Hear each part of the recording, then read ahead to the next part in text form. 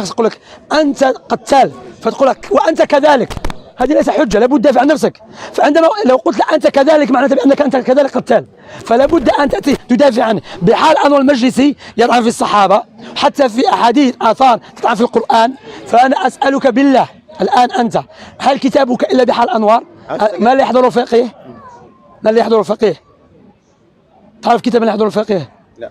هذا من كتب الشيعة عندكم. لا. أصول الكافي، ما له كافي أصول الكافي؟ ما قاري. أصول الكافي الكليني. عندك كتاب واحد أنت؟ ما أنا جاي أقول لك معلومات على حسب على قدك يا أخي عمري، معلوماتي على قدي. اعطيني. خلاص الآن نترك هذه. ما رأيك في من يقول يا علي؟ ندخل في أمور التوحيد. ما رأيك في من يقول يا علي المدد؟ العون. يطلب المدد من علي وارضاه. احنا ما نطلب العون من علي. نستعين بعلي الله. تقول يا علي؟ بنستعين. تستعين بعلي ميت، كيف تستعين به؟ اكو لا شو تقول؟ ايش تقول آية؟ إياك نعبد وإياك نستعين. نعرف ادعوني أستجب لكم وإذا سألك عبادي عني فإني قريب أجيب دعوة الداعي إذا دعان. هذا الذي نعرفه. واستعينوا بالصبر. واستعينوا بالصبر وشنو؟ بالصبر والصلاة. اوكي. هل الصلاة هي بمن؟ لكن هذا عمل صالح هذا يا حبيبي. كذلك انت بس علي يا عمر بسمع احنا هذه حجات. لا نستعين حبيبي. استعينوا بالصبر والصلاة. الصبر هذا عملك أنت، لا تستعين بصبره هو. لا دقيقة، هل يجوز أستعين بصلاته؟ تستعين بصلاتك انت سيجار. بصلاتي لأن لا دقيقة لا دقيقة تستعين بصلاتك لأن عملك. فكيف تستعين بشخص ميت؟ بل الله سبحانه وتعالى الميت أنت تريد أن تطلب له الرحمة. فأنا أسألك، أنا أريد لك أنك أنت لا تعرف معنى لا إله إلا الله. أبين لك. لا دقيقة تقول دقيقة ما معنى لا إله إلا الله؟ لا إله إلا الله وحده لا إله إلا الله. ما معناتها؟ يعني جاوبتك لا إله إلا الله. معناتها لا خالق إلا الله. لا خالق إلا الله. إلا الله شيء أكيد. لا هذا غير صحيح. دقيقة واحدة. أنا أقول لك هذا غير صحيح. والدليل على ذلك قول الله جل وعلا ولا إن سألتهم. الله جل وعلا يقول للنبي صلى الله عليه وسلم لو سألت كفار قريش ولا إن سألتهم من خلق السماوات والأرض ليقولن الله. فكفار قريش يؤمنون بأن الله هو الخالق، بل يؤمن أنه هو الرازق، بل يؤمن أنه هو مدبر السماوات والأرض. لكن لماذا سماهم الله كفار إذا يؤمن بأن الله هو الخالق؟ لو كانت لا إله إلا الله معناتها لا خالق إلا الله لكان أبو جهل من المسلمين. لكن الله كفر قريش الذين حتى كفار قريش فهموا معنى لا إله إلا الله. أجعل الآلهة إلها واحدة إن هذا لشيء عجاب. أي بمعنى أن تخلص العبادة لله، والدعاء والاستعانة إياك نعبد وإياك نستعين. فالاستعانة تجوز من رجل حي قادر. أما الميت هذا كفار قريش ما كان الله ايش يقول؟ والذين اتخذوا من دونه أولياء ما نعبدهم إلا ليقربون إلى الله زلفى. فكفار قريش عندما عبدوا الملائكة أو دعوا الملائكة ودعوا الرجال الصالحين وعيسى ليس بأنهم يؤمنون بأن هؤلاء الصالحين أو عيسى أو الملائكة خالقين أو أرباب، لا، لأنهم يقربونهم إلى الله. وهذا الشرك بالله. أنتم تفعلون نفس الشيء، تقول أنت تستعمل علي ليقربك إلى الله، فعلي يدعو الله، فهذا من الشرك لأن الدعاء لله، فلابد أن تدعو الله وحده. لأجل ذلك في القرآن ماذا يقول؟ وقال ربكم ادعوني. ليس لم يقل وقال ربكم اذهب إلى علي أو إلى محمد عليه الصلاة والسلام، بل قال وقال ربكم ادعوني أستجب لكم إن الذين يستكبرون عن عبادتي سيدخلون جهنم داخرين. فسمى الله جل وعلا الدعاء عبادة. فالدعاء إذا كان عبادة فالعبادة لابد تكون حق لله تبارك وتعالى. فنحن نحب علي، وكذلك من يذهب إلى أبي بكر أو إلى عمر يقول يا عمر ادعي الله، هذا شرك بالله. نعم، لأن الدعاء إلى الله جل وعلا. فهمت؟ لو أتاك نصراني يقول لك أنا أدعو عيسى لكي يدعو الله، هل يجوز؟ لا يجوز، وأنت تفعل نفس الشيء. لا الحمد لله تقبلت. والله أقول لك أنا كنت صوفي، لكي تفهم أنا كنت صوفي، والصوفية عندهم نفس الطريقة الشيعية، كنا نذهب إلى القبر. أنا أهلي يقولون إحنا من آل البيت، فجدي الأكبر نذهب إلى القبر ونقول يا جدي الصافي ادعي ربي يسترنا، أو يا جدي الصافي الله يحفظك احفظنا الله يحفظك هنا. فمرة أخ هنا في بريطانيا كان عندي سروال، أراد أن يغسل لي السروال، فوجد حصى، قال لي من أين أتيت بهذا الحصى؟ قلت هذا من قبر جدي الأكبر فيه البركة. فهو ضحك ثم قال اقرأ الكتاب، هذا الكتاب يا مبارك. قال لي اقرأ هذا الكتاب. قرأت الكتاب، هو الإمام محمد عبد الوهاب رحمه الله تعالى، يقول لك وهابي. قرأت الكتاب، قال الله قال الرسول عليه الصلاة والسلام قال الصحابة، قلت هذا هو الإسلام. تهضر مع أهلي قال جداتي قال جدك قال خالك عمك رأى في المنام، هذا ليس ديننا يا أخي. ديننا قال الله قال الرسول يا أيها الذين آمنوا أطيعوا الله وأطيعوا الرسول وما آتاكم الرسول فخذوه وما نهاكم عنه فانتهوا ومن يطع الرسول فقد أطاع الله. نعم، قل إن كنتم تحبون الله فاتبعوني يحببكم الله ويغفر لكم ذنوبكم. فأهل السنة السلفيون أهل الأثر الذين يكذبون عن يقول بأن نحن وهابيين، نحن ليس وهابيون، نحن أهل السنة والسلفيون نؤمن بالله جل وعلا ونوحده في أسمائه وصفاته. بارك الله فيك. والله أنا أعطيك هدية من عندي تقرأها إن شاء الله. من أي بلد أنت؟ عراقي. حي الله أهل العراق، أهل العراق لهم نحبهم والله يا أخي. هذه أعطيك أنا والله. شوف أصول 3 هذه هدية ما ترميها أخي. لا والله اقرأها عندك. خلاص حبيبنا نشوفك إن شاء الله. حياك الله، بارك الله فيكم. السلام عليكم ورحمة الله. تقول يجوز يستعين بشخص حي؟ نعم، الآن استعانة بحي بشرط قادر. لأني مثلا لو شخص حي هو على الكرسي المتحرك، فتقول له أخي تعال تساعدني تساعدني أحمل شيء ثقيل. في خيارين، أنت مجنون أو هو مجنون. لأن كيف هذا ما يستطيع يتحرك، كيف يساعدك أن يحمل شيء ثقيل إلا إذا آمنت بأن عنده قوة خارقة العادة. تستعين بشخص حي من أجل إيش؟ لا دين. لا تستعين، نقول لك تعال أخي ساعدني. نعم، لكن بشرط مثلا هو حي ويستطيع لكن هو في الصين وتقول يا محمد أو يا أمين تعال ساعدني، هذا كيف يسمعك هذا أمين؟ لأن هذا الشرك في الربوبية، لأن الذي يسمع كل شيء الله جل وعلا. والله يا أخي أهل السنة الحمد لله نحب آل البيت. طيب نحن عندنا كتب السنة، عندنا باب فضائل أهل البيت، فضائل علي بن أبي طالب، فضائل فاطمة رضي الله عنها وأرضاها. نحن نؤمن بأن علي بن أبي طالب أفضل مئات المرات من معاوية بن أبي سفيان، لكن بدون تنقص من معاوية بن أبي سفيان. لهم أخطاء. أنا أقول لك في القرآن، نحن أهل السنة نتبع القرآن.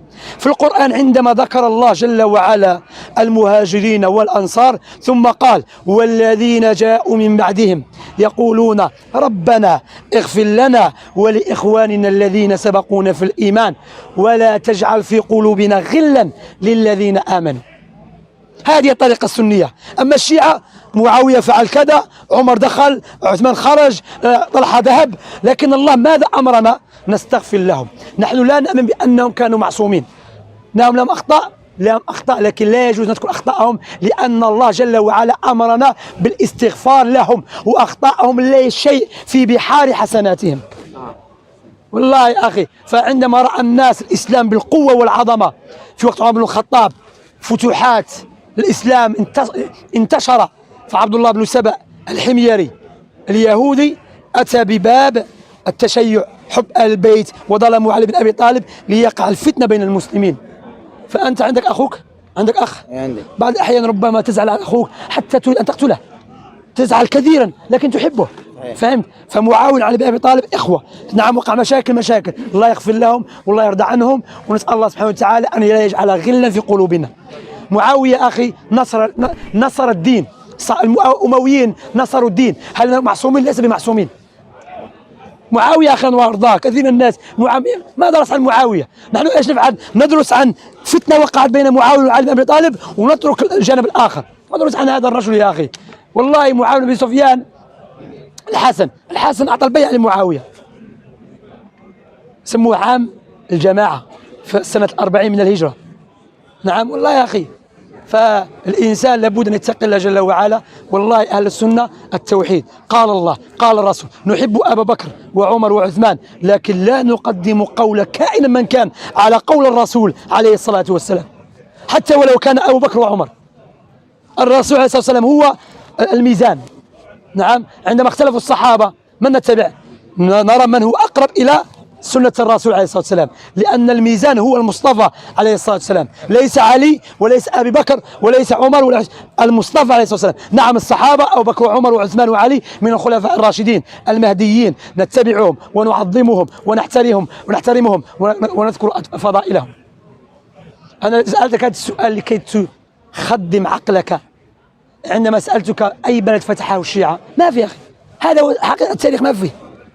الشيعة همهم يا أخي معاوية فعل، عمر فعل، عثمان فعل، يا أخي خلاص فعلوا ما فعل. هذا أنشر الإسلام يا أخي. إيران يقول إيران عندها القوة، إيران القوة، لماذا لا تحرر فلسطين؟ كلها عاطفة أخي. ماذا فعلت بالعراق يا شيخ؟ بارك الله فيك، دخلت العراق، دمرت العراق. والله لبنان، دخل سوريا على أيام صدام، مع أن كرهنا لصدام حسين. نعم، هو أفضى إلى ما أفضى إليه. نعم، كان العراق رابع قوة على مستوى العالم يعني. صحيح، هذه معروفة. كان العراقي، والله احنا خليجيين، كان العراقي محشوم مكرم محترم أخي، محترم. الآن لا بس والله ليس مثل الآن، ليس. لا تعرف من قبل العراق، هذا العراق كانت لها قوة من قبل. هل العراق نعم 20 سنة؟ هل لا قبل 20 سنة؟ الله اقول لك، بس لا لحد الان محشوم. لا معروفة، احنا الناس انت ما فهمت فجيدا. العراقي من قبل ما كان يأتي لجوء. نعم. العراق كان يأتي بحث. أخي أتعرف أكثر الأطباء هنا الذي أنا التقيت بهم من أي؟ من العراق. من العراق صحيح. في ألمانيا نفس الشيء. لكن أخي نحن لا نعرف. صدام نعم ظلم، هذه لا نختلف فيها، أفضل إلى الله سبحانه وتعالى، لكن يا أخي كانت القوة العراق. نعم، فهؤلاء القوم، تعرف توني بلير وبوش كلاهما كما ذكر جوردن براون أتى بعد توني بلير، قال كلاهما عرفوا بأنه لا يوجد سلاح مدمر في العراق. كذبوا، لأنهم رأوا بأن هذه دولة عربية لها القوة، لا يحبون أن يروا هذا. فماذا أتوا من باب نريد نصر الشيعة والمستضعفين، فدمروا العراق. أنا أتفرج كثير من الفيديوهات، شيعة العرب في العراق يبغضون إيران، يقول لك نريد يا أخي إيران دمرت العراق. نعم، يقول لك البيت دمرتم العراق يا أخي، دمروا سوريا، دمروا اليمن ودمروا العراق. قال لك نحن قوة يا أخي، جننتنوا خلاص. السعودية ما هي قوة، السعودية لا تستطيع. أنتم حرروا فلسطين يا أخي. هم دمروا الشعب ديالهم أولا. شكون؟ إيران دمروا الشعب ديالهم. يا صحيح، دمروا الشعب. والله يا أخي يريدون، لأنهم إيش؟ لأنهم نحن ليس تعصبا، والله يقول ليس تعصبا. نعم، لكن لابد تعرف أن هؤلاء الفرس لهم بغض. ليس كل الإمام بخاري من الفرس، نعم، لكن لابد تفهموني جيدا. الفرس عندما رأوا القوة للعرب وأعز الله العرب بهذا الدين، ماذا فعلوا؟ كيف هذو العرب الذين بالأمس كنا نحقرهم ونكلمهم، الآن أصبحوا قوة ولابد نسمع لهم ونطيعهم وندفع لهم الجزية؟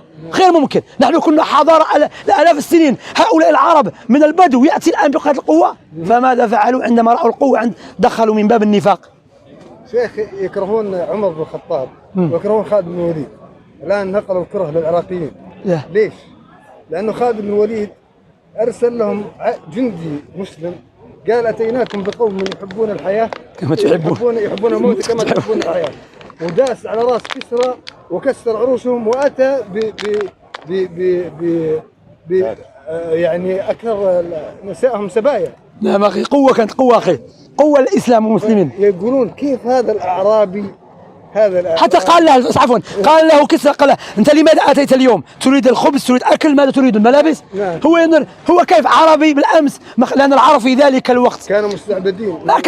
ليس مستعبدين، كانوا لكن إيش؟ ما كان عندهم قوة قبل الإسلام، ما كان ينظر إليهم. كانت العالم بين الفرس والروم، العالم انقسم في ذلك الزمان بين الفرس والروم. فالعرب في صحراء، ما في فائدة، صحراء حرارة. لكن جاء الرسول عليه الصلاة والسلام بهذا دين الإسلام، كما قال عمر بن الخطاب: نحن قوم أعزنا الله بالإسلام، فمن ابتغى العزة في غير الإسلام أذله الله جل وعلا. وهذا الذي وقع لنا. نحن الآن أذلاء لأننا لا نبتغي العزة في القرآن والسنة، نبتغي العزة عند الأمم المتحدة. نعم، يخرج أمريكا في مصر عندما خرجوا على مبارك، إيش؟ أمريكا اكبر طاغوت يساعدك انت، نعم. يريد يدمر بلدك يا اخي. بارك الله فيكم. الشعوب نحن ايش نريد فتح ثاني. انا ظنيت البلدان كلها يعني المسلمين الحمد لله، لكن لابد كما قال الامام الألباني رحمه الله التصفية والتربية. نصفي أنفسنا من الشرك والبدع والمعاصي، ونربي أنفسنا على التوحيد لله والسنة المصطفى عليه الصلاة والسلام. نعم، وكذلك على الطاعة، وينصرنا الله جل وعلا. يا أخي الله الرسول عليه الصلاة والسلام العرب يا أخي كما قال كانوا رعاع الغنم فأصبحوا قواد الأمم. الله أكبر. ما ذهبوا لا جامعة أكسفورد، لا جامعة نورث كارولاينا، لا جامعة كامبريدج، درسوا خرجوا من مدرسة ربانية. نعم، عزة المسلم. الله أكبر، عزة المسلم. الصحابة نشروا الإسلام إلى أوروبا. تعرف الإسلام لحق إلى باريس، سيسيلي إيطاليا 200 سنة مسلمة. لماذا؟ عندما كان الإسلام نابولي يا أخي. الله أكبر أخي. الإسلام أخي، عندما كنا معتزين بالإسلام، تعرف في ذاك الوقت نصف الأرض مسلمة. تمشي ما شاء الله، دور على نفسك، سياحة ما شاء الله، لا فيزا لا يحزنون، لا والله العظيم منتهيات بيتك. والله الحمد لله. نسأل الله أن ينصرنا وأن يهدينا. والله بارك الله فيكم. الله يبارك فيك. احنا لابد نفعل ركن هنا، ركن العربيه كل يوم في ركن سبيكس كنا الدير. استعمرنا هذا الحديقه خلاص، استعمرونا 1000 سنه، لابد نستعمرهم 1000 سنه هنا. ركن السنة. ركن السنة. ركن السنه الحمد لله، ركن التوحيد والسنه. يا شيخ سبحان الله السنة يعني من جميع الطوائف، أنا أسميهم الطوائف لأن السنة هي المسلمين عامة. يجيك واحد يحاجك وهو لا يمتلك كتاب، حديث متواتر عن الرسول صلى الله عليه وسلم لا يمتلك، بينما جميعهم يرجعون إلى البخاري ومسلم، يأخذون من البخاري ومسلم. صحيح. زين، حديث متواتر عن الرسول صلى الله عليه وسلم. لكن تعريف السنه في تعريفين، تعريف عام وتعريف خاص. تعريف العام قال ابن تيمية كل ليس من هو غير شيعي ليس بشيعي هو سني، هذا التعريف العام. لكن تعريف الخاص هم أهل الحديث والأثر. نعم، أهل السلفيون، أهل السنة والأثر. هو هذا الأصح. محمد كان سني وشيعي. لا، محمد هو السنة عليه الصلاة والسلام. لم يقل عن الشيعي ولا عن السنة. لا، قال عليكم بسنتي وسنة الخلفاء الراشدين. نعم، والرسول عليه الصلاة والسلام، عفوا حبيبي اسمع. عن مسلم. لا أنا ما قلت لك ما قالوا. الرسول صلى الله عليه وسلم، أنت من أي بلد عفوا أخي؟ كردستان. أنت كردستان، عراق. أنت عراق أم عراقي؟ أنا عراقي. أنا كردي. لا أنت كردستان أم كردستاني؟ أنا كردي. لا، كردي ليس كردستان، كردستان الحي أو الجهة. فهمني الآن؟ فهمت. For example, I don't say I am Britain. Britain is the country. بريطانيا هي بلد. تقول أنا بريطاني، هذه اسمها ياء النسبة. لا، بالعربية النسبة. أنا مغربي، أنا جزائري، هذه اسمها ياء النسبة. فكذلك هذه بالإنجليش بريتش، لكن بالعربي بريطاني. لكن لم يقل كل السنة بعدي. لا، قال الرسول صلى الله عليه وسلم عليكم بسنتي، وكذلك الرسول صلى الله عليه وسلم قال ستفترق أمتي على 73 فرقة كلها في النار إلا واحدة. لماذا لم يقول عندما قالوا له الصحابة رضي الله عنهم من هي يا رسول الله؟ لماذا لم يقولوا له؟ لماذا لم يقول لهم المسلمون؟ ماذا قال؟ عندما قال كلهم في النار إلا واحدة. قال أكثرهم. لا، قال كلهم في النار إلا واحدة. لا إلا هذا الواحد أكبر من كل قبائل. لا ما قال هذا الرسول، ما قال. لا هذا حديث ما عندك حبيبي، ده حديث خرجته أنت. لا أستطيع أن أتكلم جيد بهذا. تتكلم إنجليزي؟ لا لست جيدا. لا إنجليزي لا عربي، إيش لغة تتكلم ده؟ أنا أتكلم بلغة القواعد. بلغة إيش؟ عربي قواعد فصحى. فصحى، تكلم فصحى ونحن نتكلم بالفصحى. نحن نتكلم القواعد، المضارع والماضي، وتكلم يا أخي. نعم، بإن وأخواتها وكذلك تكلم. أنت تهتز بها. لا والله لا أساس بك. لا أخي. لا حبيبي، أنا ما أساس بك، تقل. أنا أبلغ بأن أتكلم. أنا ضد من يستهزئ بعض المسلمين عندما تذهب إلى مصر أو الجزائر، فإذا تكلمت باللغة العربية الفصحى يستهزئون بك، فيقول لك كابتن ماجد. نعم، هذا من الذل والهوان. هذه لغتنا. نعم، بارك الله فيك، هذه نفتخر بها. بارك الله فيك، تفضل. لا هو لا حبيبي، تعرف دخل في موضوع ثاني. هو عنده الحق، تعرف ليش؟ لأن أنا صديقي. كانوا يسخرون مني. نعم صحيح. أنا عندي صديقي روسي. نعم لابد تفهموا. عندي صديقي روسي دخل الإسلام ما شاء الله، ذهب إلى مصر. عندما ذهب إلى مصر فسأل صاحب المحل، قال كم السعر هذا؟ قال له أنت من أي زمن؟ من وقت الخلفاء الراشدين؟ هذا استهزاء. لكن لو قال له هاو ماتش استهزاء يقول له نعم ما شاء الله. نعم هذا أنا ما قلت لك ليس نعم تفضل حبيبي أنا ما أستهزئ أعوذ بالله. تفضل أخي بارك الله فيك. يعني هذا سؤالي الحديث ذكرت الحديث. كيف أعرف هسه أيهما صحيح؟ كيف هذا شيء جميل. كيف تعرف من هم على الحق؟ النبي عليه الصلاة والسلام لأن دقيقة لأن من عقيدة أهل السنة والحديث والأثر أن النبي المصطفى والصفي المجتبى ما في شيء يقربنا إلى الله إلا وقد أخبرنا عنه عليه الصلاة والسلام، وما في شيء يبعدنا عن الله إلا وقد حذرناه عليه الصلاة والسلام. فالنبي عندما ذكر المرض، ما هو المرض؟ هو تفرق، لأن الله يقول واعتصموا بحبل الله جميعا ولا تفرقوا. تفرق مرض، فذكر المرض عليه الصلاة والسلام أو الداء، وكذلك ذكر للدواء. ما هو الدواء؟ عندما قال تفترق ذكر الفرقة الناجية مثل ما أنا عليه اليوم وأصحابي. لم يقل المسلمون لأن الفرق الأخرى مسلمين كذلك، لكن لكي يبين لك من هم قال مثل ما أنا عليه اليوم وأصحابي. هذه زوجة أبو لهب بريطانية، زوجة أبو لهب بريطانية هذه والله سبحان الله. الشاهد بارك الله فيك الآن ما هي؟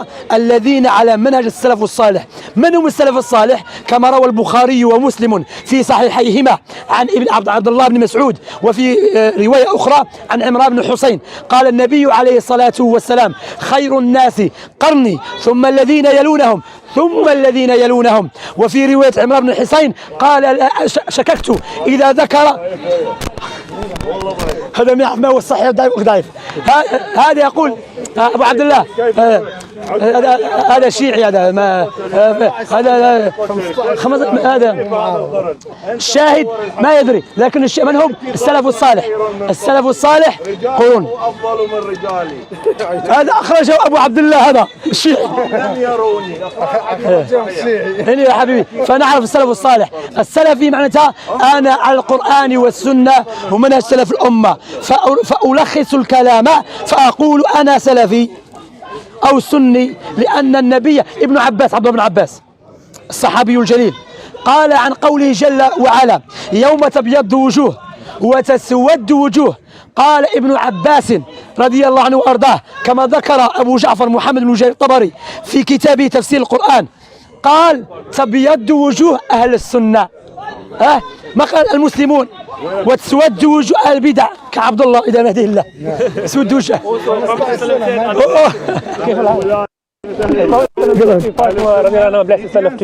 بارك الله فيك. نعم الأخ بارك الله فيك ذكرني بحديث في صحيح مسلم النبي عليه الصلاة والسلام قال لي ابنتي فاطمة أنا ما قلت حديث قال ضعيف، أنا خير سلف لك، أنا لك خير سلف. فهو السلف الصالح. فالإنسان يقرأ كتب إمام أحمد بن حنبل الشيباني شرح أصول السنة، شرح السنة الإمام البربهاري، أصول السنة الإمام اللالكائي. فهمت بارك الله فيك. فنقرأ كتب السلف الصالح لنعرف من هي الفرقة الناجية والطائفة المنصورة.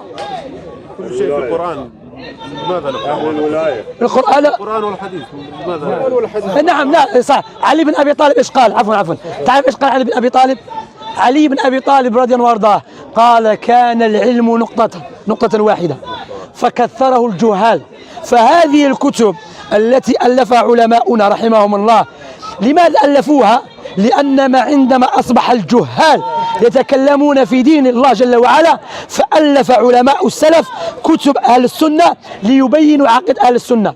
فهمت؟ فهذا جواب والرد على أهل البدع. فهمت؟ لأن الأصل القرآن والسنة وتفسير السنة والقرآن، لكن هذه الكتب فيكم الثقلين كتاب الله وعترتي أهل بيتي. نعم أبو عبد الله تمسكتم بهما لا تضلوا بعدي. أنت ضل، هذا اللي بأنك ضال.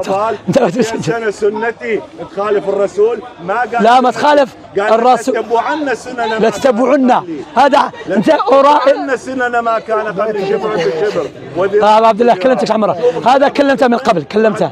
هذا تعرف كما قال الشاعر أسمعت إذ ناديت حيا ولكن لا حياة لمن تنادي. هذا ميت مسكين أبو عبد الله، هو يمشي لكن ميت. ولقد أبو عبد الله أنا شوف الله، شوف يخليك تتكلم. الله جل وعلا يقول في القرآن: أطيعوا الله وأطيعوا أهل البيت، أم أطيعوا الله وأطيعوا الرسول؟ أطيعوا الله وأطيعوا الرسول. ونعم والله يقول كمل: وأطيعوا الله وأطيعوا الرسول وأولي الأمر منكم. من أولي الأمر؟ من هم أولي الأمر؟ أنا أسألك كيف تسألوني؟ علي و12. لا، هذه من عندك، هذه من جيبك. ألست أنا أولى؟ هذه من جعبتك.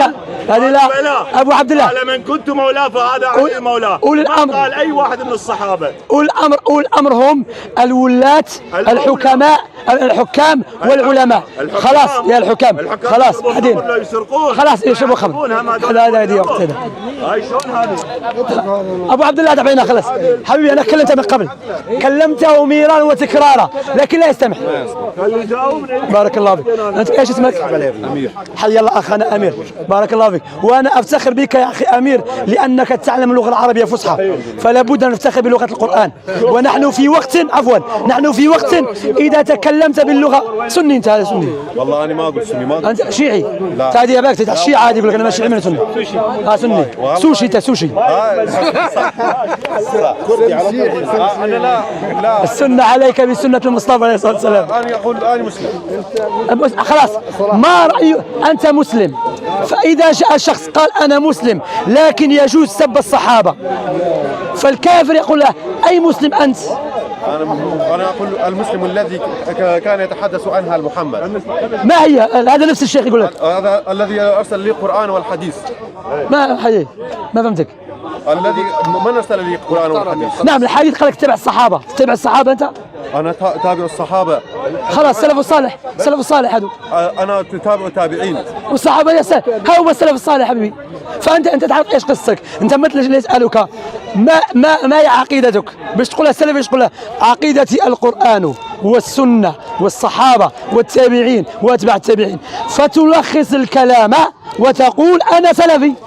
خير الكلام ما قل ودل، أو سني أو أثري أو أهل السنة والجماعة، الحديث والأثر. بارك الله فيكم. أنت لأنك تقرأ اللغة العربية أعطيك شيء. تقرأ الإنجليزية؟ أنت الإنجليزية تقرأ؟ لا أنا لست جيدا في اللغة الإنجليزية. سنة يعيشون. الله أكبر. كتاب رسالة جميلة، دروس مهمة لعامة الأمة، هدية لك. لكن أنا أوافق حبيبي، أنا أرى بعض المسلمين سبحان الله في الدول العربية إذا تكلمت بالفصحى يستهزئون بك، لكن إذا تكلمت بالفرنسية الإنجليزية ما يعظمونك. هذا من الذل والانبطاح، نسأل الله السلامة والعافية. بل إذا رأيت شخص يتكلم اللغة العربية شجعه. لغة القرآن الله أكبر، العظمة هذه شكون اللي حلها فمها كاع. والله العظيم خويا شا تهضر ولا غير تسقي وا لا دين لا دنيا. كيما الشبهات هذه تاع السنه والشيعه. ها؟ الشبهات تاع الشيعه واش يقولوا الشيعه؟ اي شبهات؟ يقولوا علي احنا ما نسبوا علي. احنا ما هو هذا كذب. هذا هي في شوف يقول لك بأن أول من أوقف السب علي على المنابر عمر بن عبد العزيز. لكن بعض العلماء يقول لك هذه رواية غير صحيحة، بعضهم يقول لك. لكن الشاهد احنا ما نسبوا علي بن أبي طالب، هذو النواصب. لأجل ذلك كتب أهل السنة يقول لك ومن عقيدة أهل السنة حب وموالاة أهل البيت وبغض من يبغضهم. من يبغضهم؟ النواصب. نحن نبغض النواصب. مثلا الإباضية يطعن في علي بن أبي طالب، هذا لا يجوز. الإباضية يطعن في علي بن أبي طالب. هم خوارج. لكن يقول لك لا من الخوارج، من الخوارج ليس من الشيعة. إباضية يعني اعتزال. الله يهدينا ويهديهم.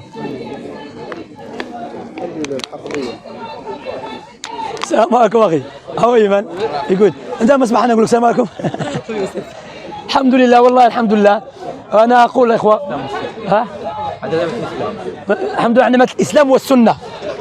قال الشخص أتى إلى الإمام أحمد فقال يا إمام الحمد لله على الإسلام، قال الحمد لله على الإسلام والسنة.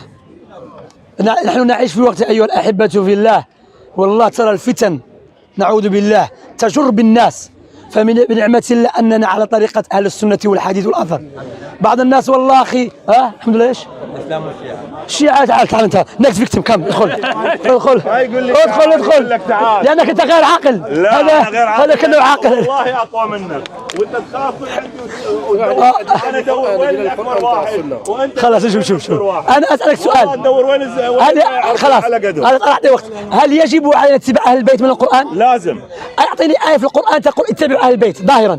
أول شيء سورة الفاتحة. ثاني شيء واحدة. سورة الفاتحة تقول لك بأنك واجب عليك تتبع أهل البيت. اخذنا الآية. أي آية؟ اهدنا الصراط المستقيم صراط الذين. من هم الذين أنعمت عليهم؟ من الذين أنا أقول لك من هم؟ الله ذكر من الذين أنعمت عليهم من النبيين والصديقين والشهداء والصالحين. خلاص ذكرهم الله. هذا مريض هذا كلام الله. كلام أخويا بارك الله فيك. والله المستقيم هذا شوف شو يقول لك أبو عبد الله.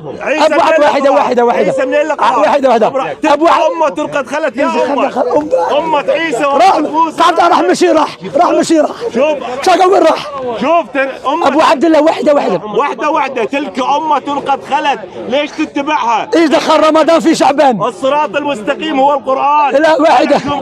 نحن نختلف في هذا. لا احنا نختلف في هذا. اسمع انت قلت دقيقة خلينا نتكلم. من يفسر القرآن؟ الراسخون بالعلم أفضل شيء. لا القرآن نفسه. القرآن نفسه يلا خلاص. فالقرآن فسر ما معنى الذين أنعم الله عليهم. فأنت من الذين أنعمت عليهم من الصديقين من النبيين والصديقين والشهداء والصالحين وحسن أولئك رفيقا. اليوم أتممت لكم نعمتي. اليوم أتممت لكم دينكم وأتممت عليكم نعمتي. شنو هي النعمة؟ تعرف أنا أقول لك. لا قول لي. أنا أقول لك. النعمة يا نعمة. لا واحدة. يلا خليها. لا واحدة. قال الشافعي ناظرت 100 عالم غلبته ناظر رجال غلبني. هذا والله دينك. الحمد لله ما غلبنيش اصلا. نعمتي دخلت نعمتي دينكم رمضان اتممت. ما تعرف عربي انت. اتم الصيام الى الليل وتتفطر المغرب.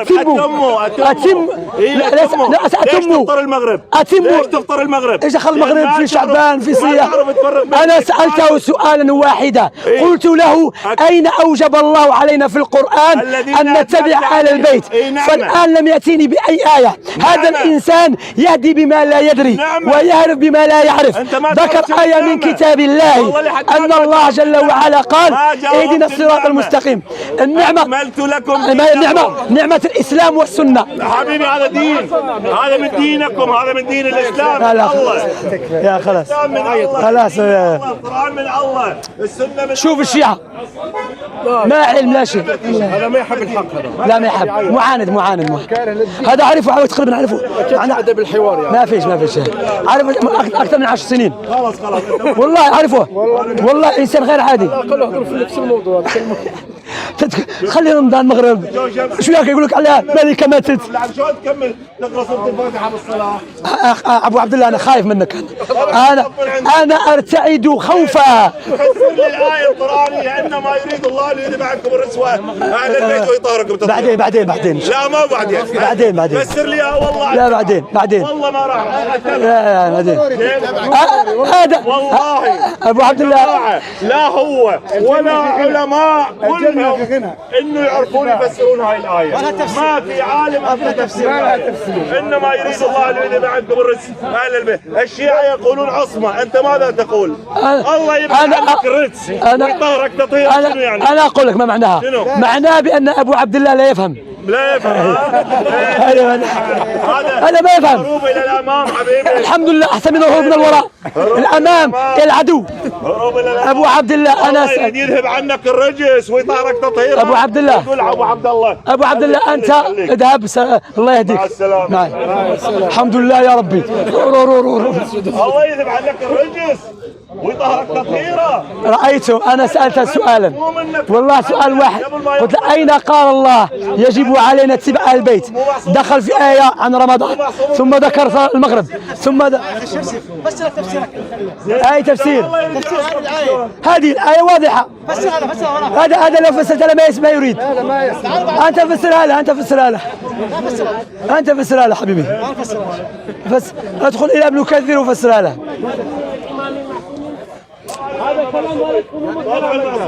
هذا كلامكم مو كلامنا. خلي يروح المعصومين.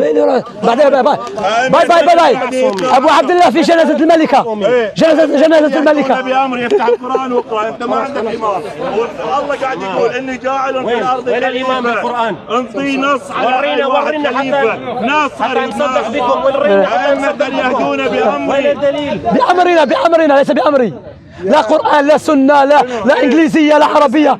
ايش فعل انت في حياتك؟ روح حبيبي مو تدور خلاص هذا جدال هذا جدال مذموم هذا. خلاص الله يهدينا ويهديك ابو عبد الله. بعد اعطيك آية. لا خلاص هذا جدال مذموم هذا لا ينفع. الله يهدينا ويهديه. من دون الله سامح عن الذنوب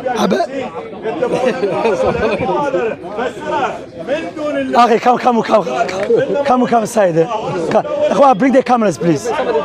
هذا راح يرفع صوته هذا راح يزقي. هذا ما في منفعه. تضيع الوقت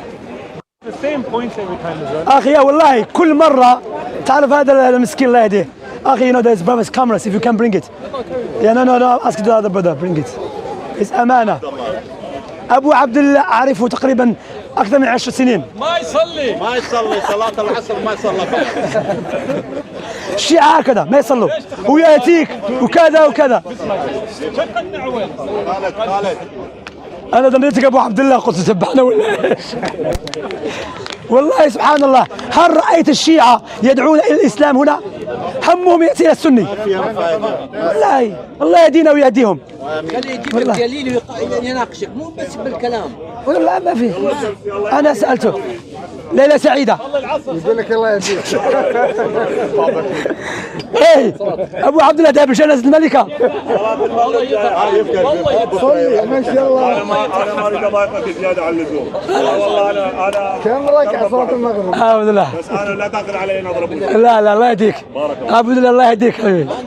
ابو عبد الله نفس ابو عبد الله 2003 نفس ابو عبد الله اليوم. كلمني انا على ابو سلطان ما يعرفون انا احترمه ما يخالف لان مذهبهم عزيز بس بالطريقه الصحيحه الكتب صحيح. خلاص ابو عبد الله سعيده يا اخويا. بس ان هنا واتمنى شمسي هذا المقطع ينزل كامل ما في قصه. المقطع ينزل ليس كامل حقي انا ما في. لا مو في مقاطع مخصوصه. انت ايش تظن بانه ربح ولا ايش؟ انت مجنون مثله انت. هذا بس كامل على هذا وقت ولا كامل. انت شيعي عاقل تعال. لا هذا مشجع فقط. هل كان علي شيعي؟ لا هو بس لا هو مشجع فقط. كما يعرف انت مشجع. والله بيستخلص عزة بن الاثم والله العظيم. تدعو غير الله تعزة بن هو يكثر العدد فقط. شمسي كم عدد الشيعيين في العالم؟ والله ما ادري. مليون؟ مليون الله اعلم. اكثر. ايران سوريا والعراق. لكن ايران ليس كلها شيعة. ايران في اغلبيه ملاحده ربما. انا اقول لك تعرف والله انا اقول لكم اخوه كل مره اسمعني كلامك كبير. كل مره افعل دعوه في الخارج انا اتكلم مع غير المسلمين فياتيني والله تقريبا عندي 10 سنوات افعل دعوه في الخارج. ليس هنا في الخارج ياتيني رجل قل لي لماذا تلبس هكذا؟ الاسلام يشوه صوره الاسلام امام غير المسلمين. كل مره يكون من اي بلد من ايران. والله كل مره يكون ايراني. قلت انت مسلم ولا ايش؟ اكثرتهم تعرف يقول لك انا شيعي في ايران عندما ياتي هنا يصبح ملحد. ما يعترف بهذه. هذا دين تضرب نفسك تقطع نفسك. هذا دين المجانين. الحمد لله الذي عافانا من دينهم. والله يا اخوه الحمد لله على نعمه الاسلام والسنه. زين السؤال يا الحبيب. تفضل. السؤال انت شنو رايك بالشيعة؟ الشيعة على ضلالة. ضلالة؟ نعم. ليش؟ لأن الشيعة، أنا أقول لك الشيعة سألتني سؤال خليني أكمل لك. نبي بس هو مو نبي. من يقول هذا من؟ اكيد وشايفك انت بالمقهى يقول وشيعة what have you done Yeah, what have you done for Islam? what have you done Yeah, what have you done for Islam? what have you done Name one country that you spread Islam to. كان موجود ما لا حبيبي اسمع أعطيني بلد واحد فتحتوه. شوف أعطيني بلد واحد فتحتوه. دخل في موضوع ثاني. الشيعة يدخل موضوع. لا اسمعني أنت. أعطيني بلد واحد فتحتوه في الإسلام. بلد واحد. فتحتوه ما فتحتوه هاي ما لي شغله بيها. ما فعلتوه في الإسلام. همكم الطعن في الصحابة. هذا حب امام علي ماكو شيء، هذا مو معناته كفر، معناته شيء. نحن نحب علي كذلك. اي اوكي شنو المشكله يعني؟ المشكلة يا لا صارت لي مشكلة. اليوم يطلع تيك توك سووا فتنه شنو؟ لا ايش عندي مشكلة عندي ما تفرج تيك توك ليش؟ كلكم اخوان بالاخير. لا لا حبيبي أنت أخي ما رأيك؟ عنصرية خلاص عنصرية. تعال يا أخي تعال أرواح أنا يهبلوك هذول يجي يدخل عليك انا شيء سألت هو هرب قتلوا بالعراق. لا هو على الاسم عمر وعثمان قتلهم على الاسم. هو عنده المشكلة في تيك توك. عنده كان في فيديو هي شيعة تسمى تعني أتباع نعم أتباعية أو المناصرة أو المناصرة المؤمنين من أهل البيت أمهات المؤمنين. نعم قال ابن عباس عندهم ليس نعم أمهات المؤمنين لا. لكن القرآن يقول تعرف أنا الذي يجنني عن الشيعة تعرف في الحديقة لا يتكلم عن غير المسلمين. يأتيك أبو بكر فعل عمر فعل أبو بكر نصر الإسلام أبو بكر نصر الإسلام أنت الشيعي ماذا فعلت؟ هم ماذا فعلوا من 1000 سنة يا أخي همهم الطعن في الإسلام والطعن في الصحابة الكرام حتى بحولي صوتي يا أخي. والله يا أخي أنا ما نبيك تدخل مع أبو عبد الله هذا أبو عبد الله هذا والله هذا علي بن أبي طالب يخرودها مسكين. شمسي أسلم هو من؟ أبو عبد الله أسلم الصبح سني إذا مريض أخي الله يهدينا ويهديهم. الإنسان نحن لابد إخوة أنا أقول نصيحة لله جل وعلا لابد أن نتعلم الإسلام. نحن الآن في حرب على الإسلام من الشيعة من الرافضة من الملاحدة من النصارى من الليبراليين من أهل البدع. فلا بد أن نتعلم الإسلام الذي جاء به الرسول عليه الصلاة والسلام على طريقة فهم الصحابة الكرام. لابد. أنا أرى الملاحدة والعياذ بالله. شخص اتصل بي أخت قالت لي أخي في شخص ملحد ترك الإسلام تكلم معه. قال ما عندي مشكلة أتكلم معه. هو ما اتصل بي لكن الملاحدة عندهم ملاحدة العرب مجانين وضحوكة في العالم. يأتيك يقول لك ماذا فعلتم في الإسلام وأنت ماذا فعلت؟ تأتي بريطانيا تشرب الخمر كل يوم. نعم ماذا فعلت أنت العرب؟ الآن أكثر البلدان الإسلامية لا تحكم بالشريعة. لو حكمت بالشريعة ترى الاختلاف. نعم عندما حكم المسلمون شرع الله بالقرآن والسنة ومن سلف الأمة أصبحوا قواد الأمم. نعم بارك الله فيكم. وترى الملاحد العرب ما يتكلموا عن طامات الغرب ما يتكلموا عن طامات الغرب. عنده الغرب كأنه حقوق الإنسان. ألا تعرف بأن في الغرب يجوز قتل الجنيه؟ المرأة زنت لا تريد الحمل فتذهب تقتل أبوش. أين حق الطفل؟ والله ما رأيت حمقى مثل ملاحة العرب. مرة جاء عندي ملحد عربي هنا تعرف بذيء اللسان فيسب الرسول عليه الصلاة والسلام والله كأنه ثعلب. فقلت له أنت دليل بأن الله خلقك. لو أمك خلقتك ما تخلقك هكذا. قلت لك انظر كيف أنت فالله أدلك والله سكت الحمد لله. قلت له أنت عندي نظرية أنت أتيت من الثعلب متطور من الثعلب تشبه الثعلب مثلك والله تطور والله. الشاهد بارك الله فيكم هؤلاء صهاينة العرب منهم الصوت راح خلاص. هيا اسمع انقطع الصوت والصورة خلاص شوف كلها يا أخي الله يتقبل منا نسأل الله الإخلاص. شمسي الله عز وجل يقول إن الله جامع المنافقين والكافرين في جهنم جميعا. الله أكبر. المنافق الذي يشملهم هذول اللي قلتم قبل الكافر. صلى الله السلامة. بيني ويا اخوانك خلاص. بارك الله فيكم. السلام عليكم. هذا لابد السيف. لا يا عم ما فيش هذا اقتله. اخي انا عندي سؤال والله الصوت راح. شفت عنده سؤال معترض هو. الرسول عليه الصلاة والسلام كان عنده سليف ولا لا؟ كان عنده ما احنا نقولوا سليف، لان انا كنت نحكي مع واحد من النصارى قلت له الرسول عمره ما كان عنده سليف. لا كان عنده عليه الصلاة والسلام ونعتز بهذا. نعم لكن الرسول صلى الله عليه وسلم انا كنت فاكر الاسلام هو اللي منع السليف. لا هذا كلام الليبراليين والمسلمين المنبطحين. الإسلام نعم الإسلام ضد العبودية التي شرعها الغرب، وبمعنى أي لا يجوز لك أنت تخطف رجل أو امرأة وتجعلها عبد أو يعني الرسول عليه الصلاة والسلام كان عنده سليف بس في الحرب ولا في العادة ما كان عنده. لا يجوز في الإسلام هذا في الحرب. وهذا اللي أنا قلت في الحرب يصير صحيح في الحرب أشياء تصير في الحرب ما بتصير في العادة، لأن الإسلام منع العبودية في غير الحرب. في الحرب تأخذ أسير فتستطيع تطلقه في سبيل الله أو تبدله أو يصبح عندك عبد. نعم فيصبح عندك عبد تعامله كما تعامل نفسك. يقري 10 من الناس ويصبح حرة. يا صحيح ما شاء الله الله أكبر. لكن المشكلة بعض المسلمين 10 من المسلمين ويصبح حرة يعني. بعض المسلمين يقول لك الإسلام ضد العبودية بإطلاقها، هذا غير صحيح. تدريجيا يعني. لا حتى تدريجيا الإسلام الآن الإسلام عن العبودية بس. في الإسلام العبودية تجوز في الحرب، لأن هذا لم يولد أن يكون عبدا لله وحارب عباد الله فأصبح عبدا لعبد الله. هذا قانون الحرب جزاء وفاقا. مش الإسلام جابها. صحيح. هذا من زمان. لا ما مخشى. لا حكم.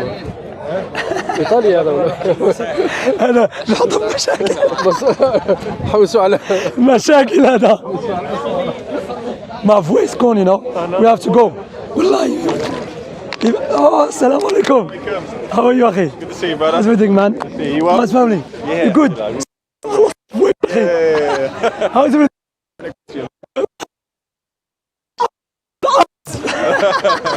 How's everything? Family good? I got married. ما شاء الله بارك الله لكما وعليكما وجمع بينكما في خير. May Allah bless you and bless your marriage. May Allah give you righteous children. بارك الله فيك. How long have you been married now? 4 months. Brand new man. Yeah. ما شاء الله. No. Not yet. Tell him to cut it off. You might be watching. May Allah bless you أخي جودن. بس إن شاء الله. خويا روح. هذا جزء الآية هذه وقرنا في بيوتكن تبرجنا تبرج الجاهلية الأولى وأقمنا الصلاة وآتينا الزكاة وأطعنا الله ورسوله إنما يريد الله ليذهب عنكم الرجس أهل البيت. يعني هذا في أمهات المؤمنين. صحيح. أمهات المؤمنين حتى الآية بعد خرجوهم نورمال. الحشومة اللي يستحيوا الأول. Anthony. Stop joking around. I'm good. We're arguing philosophy. You should be aware. That's why you have to believe in God. Stop joking around. Do you remember I spoke to you last week? No, I've completely forgotten that we went and prayed, and then there was a video which was about how I went and prayed. Yeah. And how? Yeah, I remember we spoke. Yeah. But are you certain I spoke to you?